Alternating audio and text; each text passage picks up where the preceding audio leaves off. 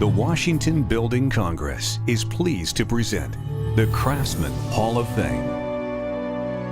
This honor is in recognition of enduring commitment, exceptional skill, quality craftsmanship, and extraordinary dedication.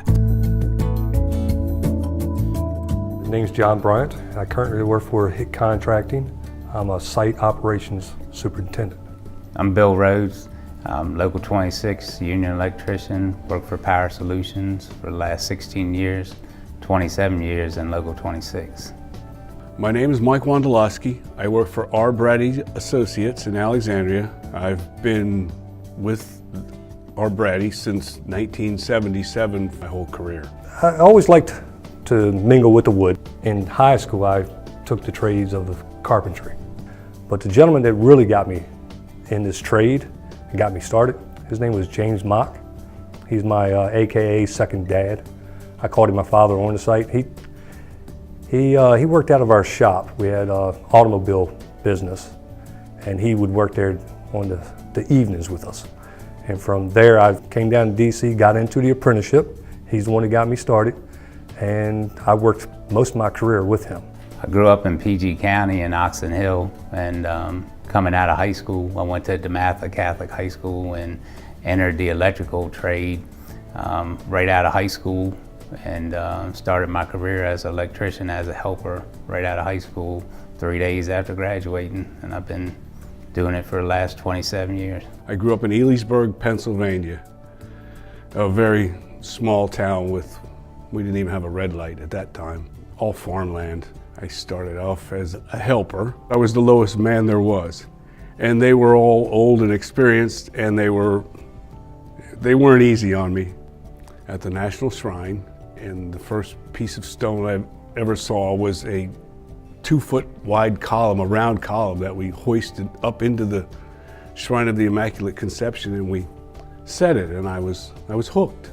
I'd never seen anything like it. It was fascinating because we were in the shrine and we were basically self-contained. There was usually at the most 6 or 7 of us, and we built the chapel, and we arches and all kinds of things, and put it all together like there was no one else there except us. And that was the first insight into any of it I had. And like I said, I just fell in love with it. I started with George Hyman. From George Hyman, I went to work for Washington Woodworking, and then a company by the name of Concept Carpentry. From there, I went back to Washington Woodworking, and I stayed with them for 18 years. And then I went to work for HIT. My brother was definitely a strong influence in the decisions and the choices I made, getting into the apprenticeship program, steering me in the right direction, working with some good contractors at the beginning, and working with some of the older guys like Brad Beam and guys that I've worked with over the years, Timmy Burke, Tim Collins. A lot of these guys gave me the good, solid background to start with in the trade, and worked with a lot of good older guys along the way. We were doing 1300 New York Avenue, and I got a chance to do the front entrance there, which is arches galore, and very tricky, and all huge stones, we couldn't put a crane in there because it was underneath. And so all of it was rigged and set pretty much by hand. And it was fascinating. I still walk by it today, and it still looks the same as it did. It was a lot of fun. Back then, in the late 80s, everybody was very happy. When I say happy, the guys on the job, they like sung to each other. And it was a lot of fun. One of the first memorable jobs was Omni Shoreham Hotel, and it was my first Craftsmanship award I won in 2000. And it was definitely a major undertaking. It was a historic hotel built in the early 1900s. We renovated all the rooms, all the ballrooms. I got to work with some great guys like Doug Devers and Brad Beam, and my brother Ed Rhodes, Jimmy Groff, Ralph Groff. I mean, these are the guys, I really cut my teeth on that job, and I went from being an apprentice to a mechanic to a sub-foreman to a foreman, all on the same project. The first thing we ever did when I was a young man was take the guard off the saw, because stonemasons cut backwards. So it was just in the way. Well, people don't seem to understand that at this time, and which is not terrible, but it's a whole lot different when you're used to doing something for 30 years one way, and then all of a sudden it's like, you can't do that anymore. And I love a good challenge layout. I like to be able to put all of the alignments together, whether it's the floor, the ceiling, the walls, the woodworking, the stone, and I like that part of it. People for generations to come are going to come behind us and see the work you leave behind. So to me, that work has always had to be done right. And I think that was something that was taught to me early on, because I had to redo a lot of stuff.